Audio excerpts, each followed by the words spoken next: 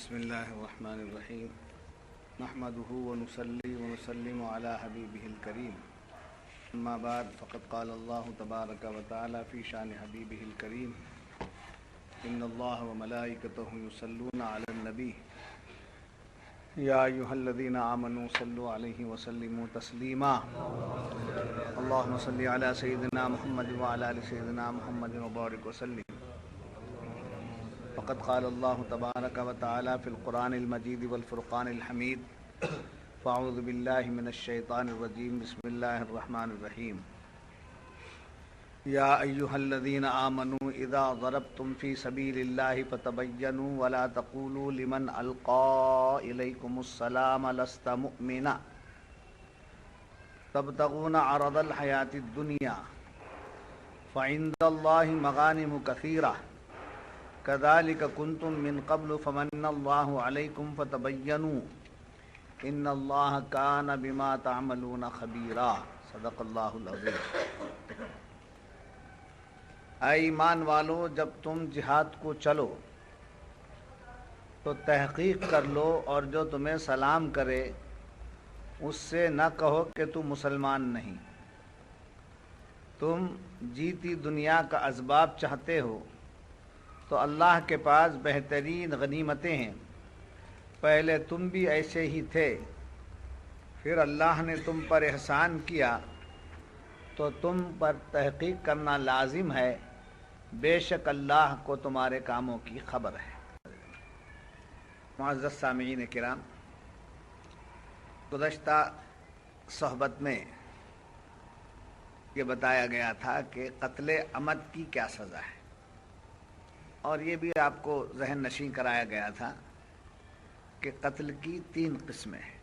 ایک قتل عمد شبہ اور قتل خطا۔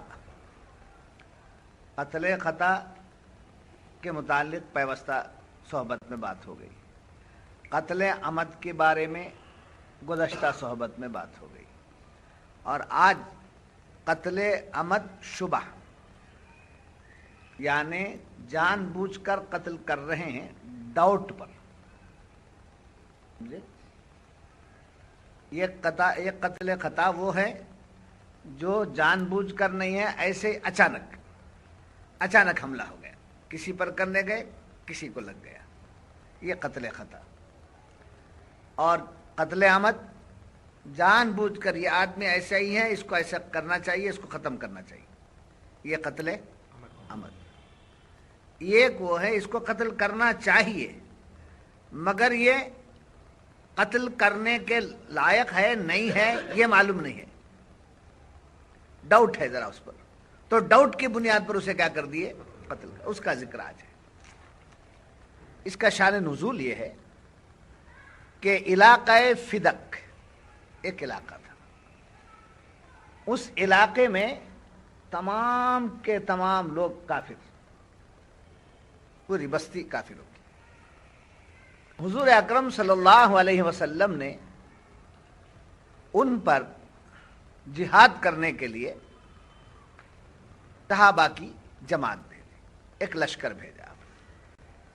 وہاں پوری بستی کفار کی، سارے بستی میں ایک آدمی جن کا نام ہے کہ مرواس ابن نہیک، یہ ایک آدمی مسلمان اور پوری کی پوری بستی کافر۔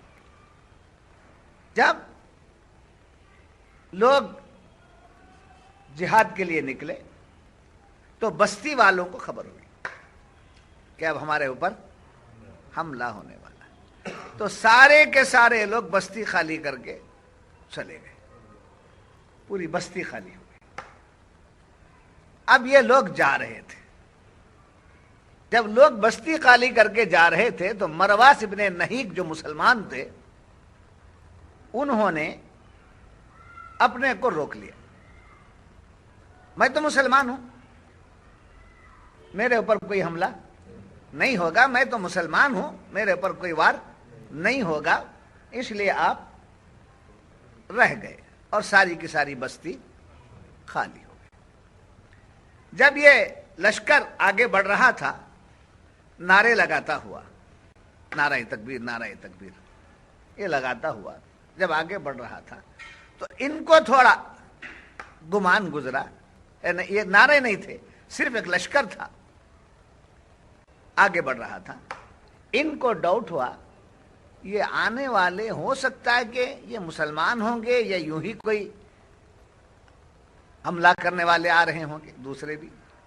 اس خیال سے انہوں نے کیا کیا، اپنی سیفٹی کے لیے، اپنی حفاظت کے لیے اپنے بکریوں کو اور اونٹ کو لے کر سامنے پہاڑ پر چڑھ گئے۔ سمجھ میں آ رہی بات؟ پہاڑ پہ چڑھ گئے۔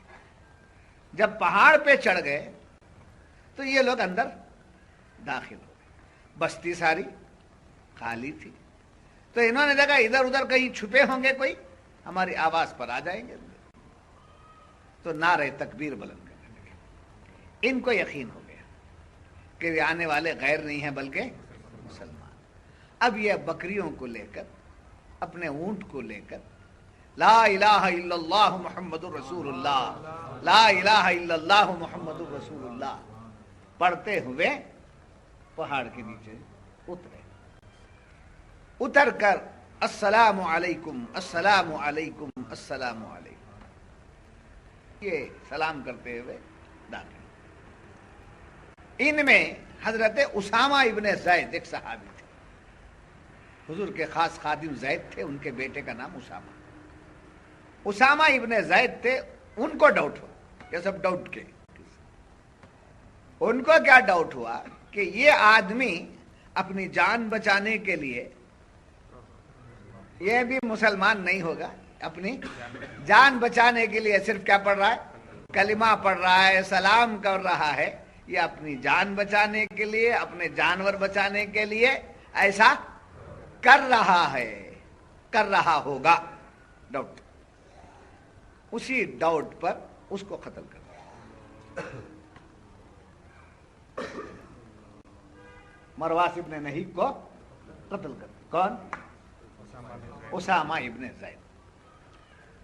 قتل کرنے کے بعد اب ان کا جو اونٹ اور بکریاں تھے وہ سب مال غنیمت لے کر کامیاب ہو کر واپس گئے، دربار رسول میں پہنچے، سارا واقعہ سنایا۔ اسامہ ابن زید نے کہا یا رسول اللہ صلی اللہ علیہ وسلم ایسا ایسا ہو گیا، مجھے تھوڑا ڈاؤٹ ہوا تو میں نے اس کو قتل کر دیا۔ تو حضور اکرم صلی اللہ علیہ وسلم بڑا ملال کرنے لگے، غم کرنے لگے، بڑے دکھی ہو گئے، تم نے بغیر تحقیق کے کیوں اتنا بڑا کام کر دیا؟ تحقیق کیوں نہیں کیا تم؟ کیوں اتنا بڑا کام کر دیا؟ سمجھے؟ اتنا بڑا کام کر کے آ گئے۔ سرکار ناراض ہو، سرکار ناراض ہونا تھا، ان کے پسینے چھوٹنے لگے، پیروں تلے زمین کھسک گئی، عرض کرنے لگے یا رسول اللہ مجھے معاف کر دیجیے، یا رسول اللہ مجھے معاف کر دیجیے، مجھے معلوم نہیں تھا۔ ارے معلوم نہیں تھا؟ جب معلوم نہیں تھا تو اس کی جان کی ذمہ داری کس کے سر؟ کس سے بول رہے ہیں؟ وہ تڑپ رہے ہیں مجھے معاف کر دیجیے، معاف نہیں، میں معاف تو اللہ کی بارگاہ میں استغفار کروں گا تمہارے حق میں، تمہارے حق میں اللہ کے بارگاہ میں استغفار کروں گا، اور تم کو کیا چاہیے؟ یہ جو بکری اور اونٹ لائے ہو، یہ بکریاں اور اونٹ، یہ ان کے بچوں کے حوالے کر دو۔ کیا کر دو؟ ان کے آل اولاد کے حوالے کر دو تاکہ ان کی زندگی بن جائے، اور ایک غلام آزاد کر دو۔ سمجھے؟ یعنی قتل عمد، شبہ، ڈاؤٹ پر قتل کر دیے۔ حضور صلی اللہ علیہ وسلم نے یہ فیصلہ کیا، یعنی جو مال غنیمت لائے ہیں وہ کسی کا نہیں ہے، وہ اس کے حقداروں کو لوٹا۔ آپ جو قتل کر دیے ہو اس کے بدلے میں ایک غلام آزاد کرو، اور جو کچھ تمہارے سے ہو گیا ہے میں تمہارے حق میں رب کی بارگاہ میں استغفار کروں۔ یہ ہوا۔ اس واقعے کے بعد یہ آیت نازل ہوئی۔ اس آیت کا شان نزول۔ اب چونکہ اسامہ ابن زید صحابی ہیں اور مومن ہیں، تو اسامہ ابن زید سے واقعہ ہوا ہے، ادھر بھی اشارہ ہے، اور ان کے حوالے سے قیامت تک کے تمام ایمان والوں کو اشارہ دے کر قرآن فرماتا ہے یا ایھا الذین آمنوا، اے وہ لوگوں جو ایمان لائے ہو، اذا ضربتم فی سبیل اللہ، جب تم خدا کے راستے میں جہاد کے لیے نکلو تو کیا کرو، فتبینوا، سمجھے، خوب تحقیق کر لو، کون دشمن ہے، کون بے ایمان ہے، کون کافر ہے، اس کو تم کیا کرو، خوب تحقیق کرو، جو تمہیں گمان آ جائے اس پر اپنا حملہ نہ کرو، خوب تحقیق کر لو، ولا تقولوا لمن القى الیکم السلام لست مؤمنا، اور جو تمہیں سلام کر دے، جو تمہیں سلام کر دے تو اس سے تم کیا مت کرو، یہ نہ کہو کہ یہ مسلمان نہیں ہے۔ جی، اب اس آیت کو لے کر بعض بدعقیدہ لوگ کہہ دیتے ہیں کہ سلام سے منع کرتے ہیں آپس میں مسلمان سے، یہاں میدان جہاد کی بات ہے، سمجھے، اور یہاں جو مسئلہ ہے وہ نفاق کا مسئلہ ہے، منافق کو، بدعقیدہ کو سلام نہ کرنا یہ نفاق کی بات ہے، اس لیے کہ جب ان لوگوں نے، منافقین نے اپنے ایمان کا اعلان کیا، اپنے ایمان کا اعلان کیا، ہم ایمان والے ہیں، تو اللہ تعالیٰ نے سورت نازل کر دی، اذا جاءک المنافقون،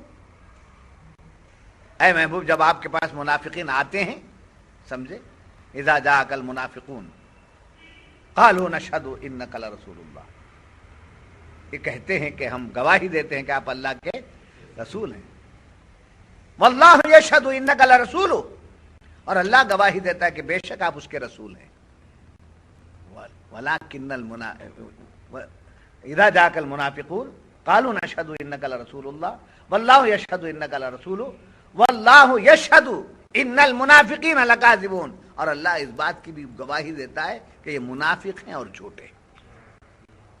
یا تو سلام کی بات تھی، سلام کر دیا تو چھوڑ دو، بولے کس کو، میدان جہاد میں جب تک تم نہ ویریفائی نہ ہو جائے، جب تک تمہیں اس کے متعلق تحقیق مکمل نہ ہو جائے تو تم اس کے مومن ہونے کے خلاف کچھ نہ کہو، سلام کر دے تو اس کے سلام کو قبول کر لو۔ میدان جہاد میں وہاں جذبہ ہوتا ہے، یہاں آپ کا اطمینان ہوتا ہے کہ یہ بدعقیدہ ہے، گستاخ ہے، گستاخوں کے ساتھ رہتا ہے، گستاخوں کو فالو کرتا ہے، وہ سلام کر رہا ہے تو اس کے سلام کا جواب تمہارے اوپر لازم نہیں ہے، اس لیے کہ رسول کے دربار میں آ کر ان کے پرکھوں نے رسول کے دربار میں آ کر رسول ہونے کی گواہی ان کے پرکھوں نے دی تھی، سمجھے، تو معلوم ہوا کہ ایمان ہمارے سامنے ظاہر کو ہے اور رب کی بارگاہ میں دل پر ہے، تو اللہ دل کے حالات کو جانتا ہے، واللہ یشہد ان المنافقون لکاذبون، اور اللہ گواہی دیتا ہے کہ بے شک منافقین اور جھوٹے ہیں۔ کون لوگ؟ جو بدعقیدہ ہیں، منافق ہیں، ان کے بارے میں۔ مگر یہاں کس کے بارے میں بات آ رہی ہے؟ میدان جہاد میں آپ گئے تو ایک جذبہ ہوتا ہے، جہاد میں جب جاتے ہیں آپ، کوئی بھی جاتا ہے تو اس کے اندر ایک جذبات، ایک جوش ہوتا ہے، ایک جذبہ ہوتا ہے، ایسے موقع پر وہ جو سامنے آتا ہے اس پر حملہ کرنے کی کا ہی دھن اسے لگا رہتا ہے۔ ایسے موقع پر سمجھے، اگر کوئی کلمہ پڑھ دے، اگر کوئی سلام کر دے تو تم اس کے مومن ہونے کے بارے میں ڈاؤٹ مت کرو۔ یہ کسے تاکید کی گئی؟ اگر یہ واقعہ نہ ہوا ہوتا، اسامہ ابن زید اگر مرواس ابن نہیق کو قتل نہ کیا ہوتا، وہ واقعہ نہ ہوتا تو قرآن کی آیت نازل نہ ہوتی، تو معلوم ہے صحابہ کا ایک ایک عمل بھی ہمارے لیے قرآن بن کے آ رہا، صحابہ کا ایک ایک عمل بھی ہمارے لیے قرآن بن کر کے آ رہا۔ تو جب یہ بات معلوم ہوئی کہ ایمان والو جب تم جہاد کو چلو تو تحقیق کر لو، سمجھے، خوب تحقیق کر لو۔ کس کے بارے میں؟ مومن کے بارے میں۔ یاد رکھنا، کبھی کافر کے بارے میں تحقیق کی ضرورت نہیں رہتی۔ کافر اور منافق کے بارے میں تحقیق کرنے کی ضرورت نہیں رہتی، مومن کے بارے میں تحقیق کرو، سمجھے، مومن کے بارے میں خوب تحقیق کر لو۔ تو یہاں پوائنٹ چل رہی ہے کہ کسی کو مومن ماننے سے پہلے بھی تحقیق کرو، اور کسی کے مومن نہ ہونے کا اعلان کرنے سے پہلے بھی تحقیق۔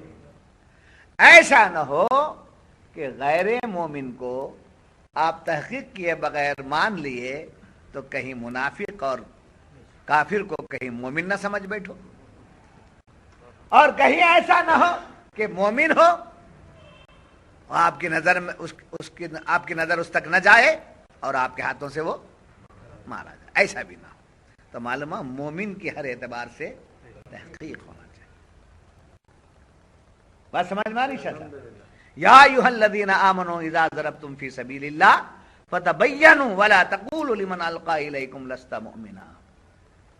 ہائے ہائے، اب ان کا قتل کرنے کے بعد کیا لے کر کے آ گئے؟ مال غنیمت۔ مال غنیمت میں کیا؟ بکریاں اور اونٹ لے کر کے آ گئے۔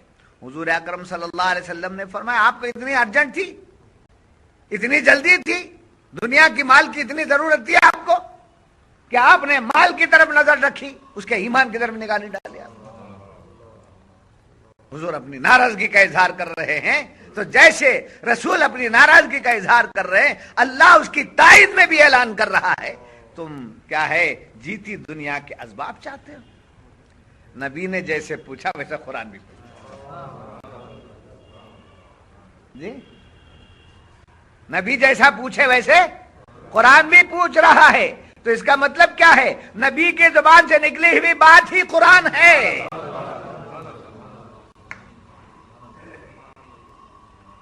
سمجھے؟ ایک منشائے حق ہے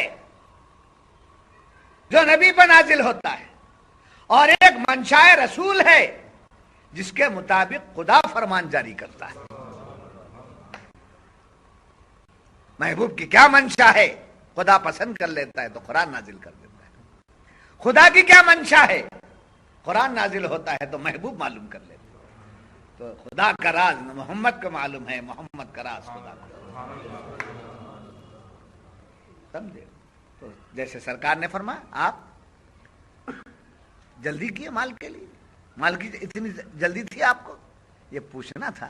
اسی بارے میں قرآن بول رہا ہے کہ تبتغون عرض الحیات الدنیا، تم جیتی دنیا کے اسباب چاہتے ہو۔ فعند اللہ مغانم کثیرہ، اللہ کے پاس تو بہترین دولتیں ہیں، یہ چاہنے کے لیے ایک کو قتل کر دیے، اس کے واسطے ایک کو قتل کر دیے۔ ارے خدا کے پاس تو خزانے پڑے ہوئے ہیں، وہ جب چاہتا ہے جس کو چاہتا ہے دے دیتا ہے۔ اگر اللہ تمہارے حق میں فیصلہ کرے تو دے دیتا ہے، تو خدا سے لینے کی بجائے ایک قتل کر کے اس کے مال کو کیوں لیے؟ جی، مغانم کثیرہ، ہائے ہائے، کذالک کنتم من قبل فمن اللہ علیکم فتبینوا، پہلے تم بھی ایسے ہی تھے۔ کیا بتایا قرآن؟ احساس دلایا۔ اب اس کے ایمان کو ٹٹولنے نکلے، مومن کے ایمان کو ٹٹولنے نکلے۔ آپ کیا تھے؟ آپ کے پاس بھی ایمان نہیں تھا، ہم نے دیا، رسول کو ہم نے بھیجا، رسول کے آنے کے صدقے میں آپ کو کیا مل گیا؟ ایمان مل گیا۔ تو آپ کا ایمان جب قبول ہو گیا تو اس کے اعلان کے بارے میں جلدی کیوں کر دی؟ جی، کیا آ گیا تھا وہاں ان کو؟ ڈاؤٹ، شک آ گیا۔ جی، فتبینوا کذالک کنتم من قبل فمن اللہ علیکم فتبینوا، پھر اللہ نے تم پر احسان کیا کہ تم کو صاحب ایمان بنایا۔ ان اللہ کان بما تعملون خبیرا، بے شک اللہ تمہارے ہر کام کی خبر رکھتا ہے۔ یہ رہا اب اس آیت مبارکہ کی روشنی میں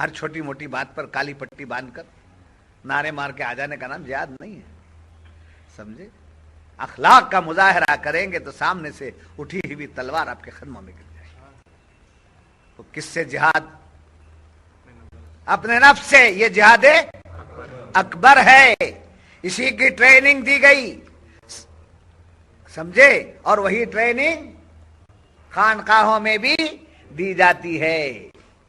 جب اس میں کامیاب ہو جاتے ہیں سمجھے تو نفس ہمارے قبضے میں رہتا ہے. ہم جو بولے وہ سنتا ہے.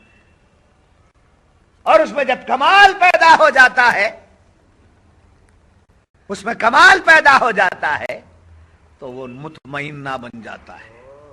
اور مطمئنہ جب ہو جاتا ہے تو جان نکالتے وقت میں فرشتے کہتے ہیں یا ایتھا النفس المطمئنہ ارجعی الی ربک. اے اطمینان والی روح، اے اطمینان والے نفس نکل. ارجعی الی ربک، تیرے رب کی طرف، رب کی طرف چل. سمجھے؟ وہ چل بولتا ہے فرشتہ تو ایسا چلتا ہے کہ بیٹھے بیٹھے دیکھتا ہے، جلوے دیکھتا ہے، کہتا ہے السلام علیکم. وہ آ گئے، دیکھو آپ ہٹو، آپ چلو چلو چلو، جگہ دے دو، سب راستہ آ رہا ہوں، السلام علیکم. یہ اطمینان والی نفس. سمجھے؟ اس کو نفس مطمئنہ کہا جاتا ہے. تو نفس امارہ کو نفس مطمئنہ کی طرف موڑنا لفظوں میں نہیں، محنتوں سے، صحبتوں سے ہے. سمجھے؟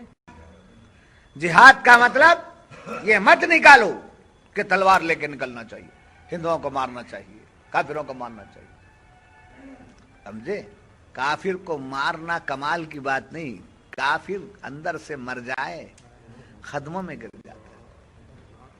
مومن کی شان وہ ہے، میگنیٹ ہے. سمجھے؟ کھینچ لیتا ہے. نہیں تعلیمات یہ سب تعلیمات. جہاد فرض ہے نہ بولے، بے شک جہاد فرض ہے. اول درجہ کون سا ہے؟ جہاد. اپنے کو پلٹ دے دل کو. اپنے دل پلٹنے ہی کو کہتے ہیں. سرکار پر ہمارے آقا نعمت ایک نظم میں لکھتے ہیں پلٹ دے دل کو اپنے، دل پلٹنے ہی کو کہتے ہیں. دل نہیں پلٹا تو پھر وہ دل نہیں. سمجھے؟ دل نہیں پلٹا تو دل بدلتے رہتا ہے. کبھی وہ پارٹی، کبھی وہ پارٹی، کبھی وہ پارٹی. جس کا دل نہیں بنتا وہ دل بدلتا ہے.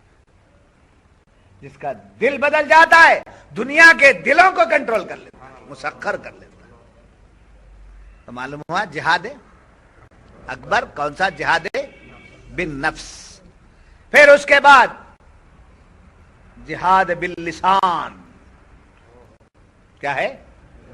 جہاد باللسان، زبان سے جہاد. یعنی سب سے بڑا مجاہد وہ ہے جو ظالم بادشاہ کے دربار میں حق بات بول دے. ڈونٹ کیئر، کسی کو کیئر نہ کر، کسی کی پرواہ نہیں، حق بات. سمجھے؟ کیا ہو جائے گا؟ کچھ بھی نہیں ہوگا، جو مجھے بولنا ہے وہ. بڑی پیاری بات چاند بھائی قبلہ پرسوں مدراس میں فرما رہے تھے کہ بیان کرنے والا کیا کرتا ہے؟ لوگوں کو راضی کرنے کا بیان نہ کرے. پہلا آپ کو پوائنٹ یاد ہے. لوگوں کو راضی کرنے والا بیان نہ کرے، اللہ کو راضی کرنے والا بیان. جب اللہ کو راضی کرنے والا بیان کرے گا تو اس کے بیان میں تاثیر ہوگی. لوگوں کے حساب سے کتاب سے بیان نہیں. انہوں کیا سنتے، انہوں کیا بولتے، کون کیا بولتا ہے نہیں. سمجھے؟ پیشنٹ ہے، پیشنٹ. آپ کو کینسر ہے، کینسر ہے. سہلانے کا مطلب کیا؟ پالیسی کی بات کرنے کا مطلب اسے مارنا. جی کینسر ہے، اس کا اندر بدن سڑ رہا ہے، پھر آپ فکر مت کیجئے، آپ وہ مت کیجئے، بہت اچھے ہیں آپ، ماشاء اللہ بہت اچھے ہیں بول کر سمجھو اسے رکھ دینے کا مطلب کہ اندر سے سڑا نا. آپ رپورٹ بتا رہی کہ آپ کینسر ہے، نہیں ہے تجھے جی، مگر رپورٹ بتا رہی کہ آپ کیا ہے، آپ کو کیا کینسر ہے، کیا ہو جائیں گا، مر جائیں گا نا. بولے کینسر کا پتہ دینے کے بعد ہی تو اس کا علاج کرے گا نا وہ. تو کون کیا بولتا ہے، کون کیا تعریف کرتا ہے، کون اپوزٹ ہو جاتا ہے، وہ سب میرا مولا مجھے بولنے کے لیے بیٹا بولنا، بول دے گا. کیا کرے گا؟ روک دے گا، منع کرے گا، آنے سے منع کرے گا، ڈیوٹی سے کینسل کرے گا، کچھ بھی نہیں. مولا اپنے کرم سے کینسل کر دیا تو پھر کہاں جائیں گے؟ تو جہاد باللسان، جہاد بالنفس، اس کے بعد جہاد باللسان، زبان سے حق بات، سچی بات، حق بات. سمجھ میں آ رہی بات؟ لکھی لپ کی باتیں نہیں کرنا، ڈپلومیسی نہیں رہنا، پالیسی نہیں رہنا، مگر بولنے میں حکمت رہنا، بولنے میں حکمت رہنا. آپ کو کینسر ہے، آپ چند دنوں میں مر جائیں گے، آپ گھبرائیے نہیں. ذرا ڈاکٹر رپورٹ کچھ ایسا بتا رہی ہے، تھوڑا ڈاؤٹ ہے، چیک کر لیں گے. یہ لکھتا ہوں، اس کو ذرا استعمال کیجیے. آپ آدھی بیماری اس کی رپورٹ کی خبر بھی ہو گئی جی. ڈاکٹر بولتے ہیں اس کو، آپ کو ڈاکٹر بتا رہا ہے کہ رپورٹ ہے، آپ کینسر ہے اور 48 آورس میں آپ کا دیہانت ہے. 48 منٹ میں چلا جائے گا. تو حق بات کا مطلب حق بات بولو، حکمت سے بولو، ڈپلومیسی نہیں رہنا. یہ جہاد باللسان. پھر جہاد بالقلم، جہاد بالقلم، قلم اٹھانا، برابر جو بولنا ہے، جو لکھنا ہے لکھ دیا، لکھنا ہے لکھ دیا، کتاب میں لکھ دیا، کتاب میں لکھ دیا. سمجھے؟ گمراہی کتاب نکلی ہے تو اس کتاب کے جواب میں کتاب لکھ دیا. تو یہ جہاد بالقلم، جہاد بالنفس، جہاد باللسان، جہاد بالقلم، بعد میں جہاد بالسیف. پہلے اپنے کو بنانا، پھر زبان سے دوسرے کی اصلاح کرنا، پھر قلم سے دوسرے کا ذہن بنانا. اتنا سب کچھ کرنے کے باوجود پھر اس کی دنیا نہیں بدلتی تو یہ لاتوں کا بھوت باتوں سے نہیں مانتا. اٹھاؤ، اس کو کیا بولتے ہیں؟ جہاد بالسیف. تو معلوم ہر چیز کی تحقیق. جہاد کو چلو کا مطلب سمجھ میں آیا؟ جہاد کا مطلب میں آپ کو اس لیے اس کی وضاحت کیا کہ لفظ جہاد کا لوگ استعمال بھی غلط کر رہے ہیں اور لفظ جہاد سے لوگ غلط میسج بھی دے رہے ہیں. یہ دونوں سے بچنے کے لیے اسلام نے جو پیغام دیا ہے وہ میں نے آپ کے سامنے. بہرحال مختصر سے وقت میں باتیں ہو رہی ہیں، پریشان نہیں ہونا. لمحے کی بھی بارش ملی، سمجھے، بڑے کمال. سمجھے بہت لمبی بارش ہو گئی تو سیلاب آ جاتا ہے. اس واسطے سرکار ایک نظم میں لکھتے ہیں، شیخ محترم کی خدمت میں بیٹھ کر چند منٹ بھی جو بیٹھ گئے وہ کمال کی بات ہے. سرکار لکھتے ہیں، چند لمحوں کی بارش تجھ سے جو لی، چند لمحوں کی بارش تجھ سے جو لی، عالم پہ وہ برسانے نکلے. چند لمحوں کی بارش تجھ سے جو لی، عالم پہ وہ برسانے نکلے.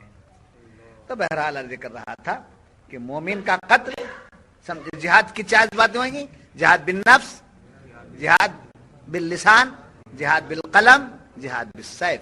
بالسیف لاسٹ، بالنفس فرسٹ. سمجھے؟ یہ منزلیں طے کرنے کے بعد تو معلومات صحابہ کو جب جہاد کو بھیجا گیا تو یوں ہی نہیں، ٹرینڈ کیا گیا. اور کیسے ٹرینڈ؟ مار کے آ گئے، قتل کر کے آ گئے، مال غنیمت لے کر آ گئے. شاباش، بہت اچھا کام کیا، اسلام کے لیے بہت بڑی قربانی دی.